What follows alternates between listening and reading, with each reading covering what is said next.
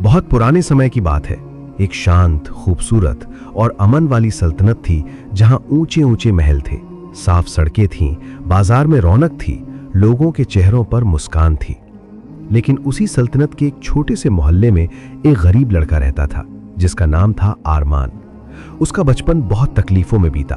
उसके पिता मर चुके थे, बूढ़ी माँ बीमार थी। खाने के लिए कभी रोटी होती थी, कभी नहीं होती थी, कभी चूल्हा जलता था, कभी खाली रह जाता था।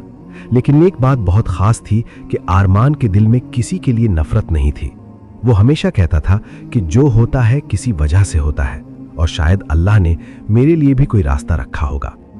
एक दिन शाम के वक्त जब सूरज ढल रहा था और चारों ओर थोड़ी उदासी फैल रही थी, तब आरमान भारी कदमों से सड़क पर चल रहा था।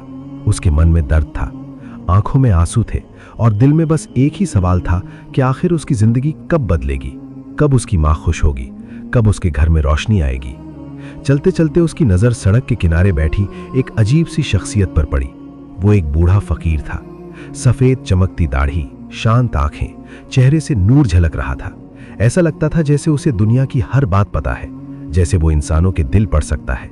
वो मुस्कुराकर बोला, बेटा दुखी क्यों है, चेहरे पर बोझ क्यों है?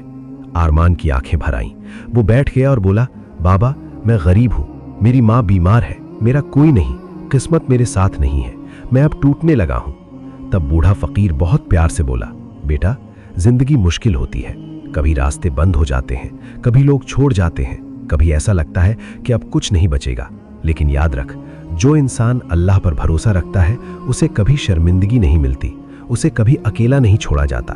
मैं ज्यादा दिन का मेहमान नहीं हूं, लेकिन मेरी आखिरी नसीहत तेरी जिंदगी बदल देगी। अगर तू उसे दिल से मान लेगा तो तेरी किस्मत जरूर बदलेगी। फकीर ने अपने झोले से एक बहुत पुरानी लकड़ी की तावीज निकाली। उसने कहा, बेटा ये कोई जादू नहीं, ये सिर्फ तेरे दिल को याद दिलाएगी कि जब लोग तेरे खिलाफ हों, हालात तेरे खिलाफ हों, दुनिया तुझे गलत समझे, तब भी तू सच मत छोड़ना, सब्र मत छोड़ना और अल्लाह पर यकीन मत छोड़ना, क्योंकि किस्मत का ताला हमेशा सब्र की चाबी से ही खुलता है। आरमान ने कांपते हाथों से तावीज पकड़ ली। उसकी आंखों में उम्मीद चमक उठी। उसने फकीर को शुक्रिया कहा। जैसे ही उसने सिर झुकाया और दोबारा ऊपर देखा तो वो दंग रह गया। फकीर गायब हो चुका था, वहां कोई नहीं था, जैसे वो कभी आया ही नहीं था। हवा चल रही थी, पत्ते हिल रहे थे, पर दिल के अंदर एक नई रोशनी जल चुकी थी। आरमान को लगा, शायद अब मेरी जिंदगी बदलने वाली है, और यहीं से उसकी किस्मत के नए सफर की शुरुआत हुई। अगले ही दिन सुबह होते ही पूरे राज्य में एक बहुत बड़ी खबर फैल गई कि महल का सबसे बड़ा खजाना चोरी हो गया है। वो खजाना जिस पर पूरे राज्य का भविष्य टिका था। राजा गुस्से में था, सेना सड़कों पर उतर आई, हर आदमी को शक की नजर से देखा जाने लगा, हर घर की तलाशी होने लगी, हर गरीब, हर मजदूर, हर बेबस इंसान को शक के घेरे में खड़ा कर दिया गया। और फिर अचानक सिपाहियों ने आकर अरमान को पकड़ लिया। लोगों ने कहना शुरू कर दिया, यही लड़का चोरी करेगा, यही गरीब है, इसे पैसों की जरूरत है, यही गुनहगार है। बिना कुछ सोचे समझे भीड़ चीखने लगी। अरमान रोते हुए कहता रहा, मैंने कुछ नहीं किया, अल्लाह कसम मैंने कुछ नहीं किया, मैं चोर नहीं हूं, मैं तो बस गरीब हूं। लेकिन कौन सुन रहा था? भीड़ का शोर नफरत की आवाज से ज्यादा ऊंचा था। सिपाहियों ने उसे घसीटते हुए जेल में डाल दिया। जेल की दीवारें ठंडी थीं, फर्श सख्त था, सलाखें मोटी थीं। अरमान के लिए यह पहली बार था कि उसे बेइज्जत किया गया, बिना गुनाह के उसे गुनहगार बना दिया गया।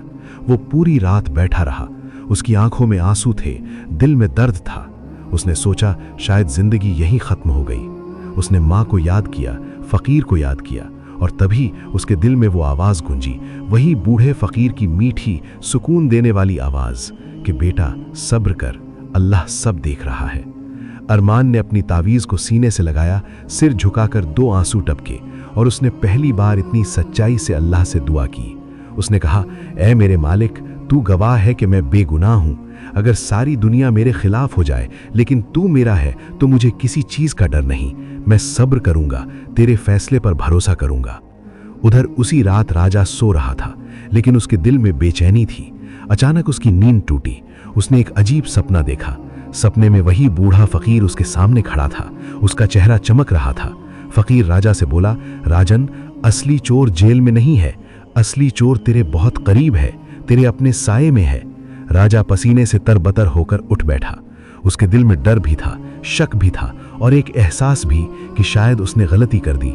वो सोच में डूब गया कि कहीं हमने उस मासूम लड़के को बेवजह सजा तो नहीं दे दी, कहीं गुनहगार कोई और तो नहीं। और यही सोच उसकी जिंदगी का सबसे बड़ा फैसला बदलने वाली थी। सवेरे होते ही राजा ने पूरा महल हिला देने वाला फैसला लिया। उसने आदेश दिया कि महल के अंदर रहने वाले हर व्यक्ति की तलाशी ली जाए, चाहे वो नौकर हो, मंत्री हो, पहरेदार हो या राजा के रिश्तेदार हो, किसी को नहीं छोड़ा जाए। हर कमरे, हर अलमारी, हर कोने की तलाशी शुरू हुई। एक बेचैनी पूरे महल में फैल गई। कुछ लोग डर गए, कुछ चुप हो गए और कुछ लोग ये सोचने लगे कि कहीं सच सामने ना आ जाए। और फिर वही हुआ जो होना था। अचानक सिपाहियों ने शोर मचाया। उन्हें खजाना मिल गया, लेकिन कहां? राजा के अपने छोटे भाई के कमरे से। सबके पैरों तले जमीन खिसक गई। उसका छोटा भाई ही गुनहगार निकला। वही भाई जो राज्य पर नजर लगाए बैठा था, वही जो राजा बनना चाहता था, बिना मेहनत सब कुछ हासिल करना चाहता था। उसने चोरी करवाई, खजाना छुपाया और इल्जाम गरीबों पर डाल दिया ताकि लोग राजा से नफरत करने लगे और वो आसानी से गद्दी संभाल ले। लेकिन अल्लाह का खेल देखो, जिसने सच्चाई चुनी वही बच गया और जिसने धोखा दिया वही पकड़ा गया। राजा की आंखों में पानी आ गया। उसे अपने किए पर शर्म आई। उसने सबसे पहला हुक्म दिया कि आरमान को तुरंत रिहा किया जाए। जेल का दरवाजा खुला। सूरज की रोशनी पहली बार इतनी खूबसूरत लगी, हवा इतनी मीठी लगी, जैसे पूरी दुनिया कह रही हो कि सच कभी हारता नहीं। राजा खुद आरमान के सामने आया। उसका सिर शर्म से झुक गया।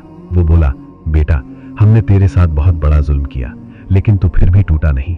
तूने सब्र किया, तूने बद्दुआ नहीं दी, तूने नफरत नहीं की, तूने अपने रब पर भरोसा रखा। तू हमसे ज्यादा बड़ा इंसान निकला। आरमान की आंखें भी भर आईं, लेकिन उसके होठों पर मुस्कान थी। उसने कहा, मैं बस इतना जानता हूं कि जो अल्लाह पर भरोसा रखता है उसे कोई गिरा नहीं सकता। मेरी लड़ाई लोगों से नहीं थी, मेरा भरोसा मेरे रब पर था और उसने मुझे बचा लिया। राजा ने उसे सम्मान दिया, रहने के लिए घर दिया, उसकी मां का इलाज करवाया और उसे इज्जत भरी जिंदगी दी। अब आरमान गरीब नहीं रहा, लेकिन उसके दिल की विनम्रता वही रही। कुछ दिन बाद जब सब कुछ शांत हो गया, जिंदगी संभल गई, आरमान फिर उसी जगह गया जहां उसने पहली बार बूढ़े फकीर को देखा था। वही रास्ता, वही पेड़, वही हवा, वही शाम। उसने धीरे से कहा, बाबा, जहां भी हो शुक्रिया। आपकी नसीहत ने मेरी जिंदगी बदल दी। आपकी बातें आज भी मेरे दिल में गूंजती हैं। तभी अचानक हल्की हवा चली, पत्ते हिले, दिल में एक सुकून सा उतर गया। ऐसा लगा जैसे वही आवाज फिर उसके कानों में पिघलते हुए उतर रही हो। वही मीठी फकीरी आवाज बोली, बेटा, हमेशा याद रखना, दुनिया हमेशा इंसाफ नहीं करेगी। लोग हमेशा तेरी सच्चाई नहीं समझेंगे। कभी लोग तुझे गुनहगार बना देंगे, कभी हालात तुझे तोड़ने की कोशिश करेंगे। लेकिन अगर तू सच का साथ देगा, अगर तू सब्र नहीं छोड़ेगा, अगर तू अल्लाह पर भरोसा नहीं छोड़ेगा, तो पूरी दुनिया मिलकर भी तुझे नहीं गिरा पाएगी। झूठ चमकता है लेकिन टिकता नहीं, और सच कभी चमकता नहीं लेकिन हमेशा जीतता है। बुराई थोड़े समय के लिए जीतती है, लेकिन अल्लाह का इंसाफ देर से आता है, पर खाली नहीं आता। आरमान की आंखें भर आईं, दिल सुकून से भर गया। उसने आसमान की तरफ देखा, हाथ उठाया और कहा, ऐ मेरे रब, मैं आज भी तेरा हूं और हमेशा तेरा रहूंगा। उसके बाद वो जिंदगी भर लोगों की मदद करता रहा, गरीबों का सहारा बना और हर किसी से बस यही कहता कि अगर जिंदगी में मुश्किलें आएं तो डरना मत, टूटना मत, बस सब्र करना, सच पर टिके रहना और अल्लाह पर भरोसा रखना, क्योंकि आखिर में जीत उसी की होती है जो भरोसा नहीं छोड़ता, जो सब्र करता है, जो सच पर रहता है, जो अल्लाह पर भरोसा रखता है। अल्लाह उसे कभी जलील नहीं करता, बल्कि उसे इज्जत देता है। अगर ये कहानी आपके दिल को छू गई, आपको कुछ सिखा गई, तो वीडियो को लाइक कीजिए, चैनल को सब्सक्राइब कीजिए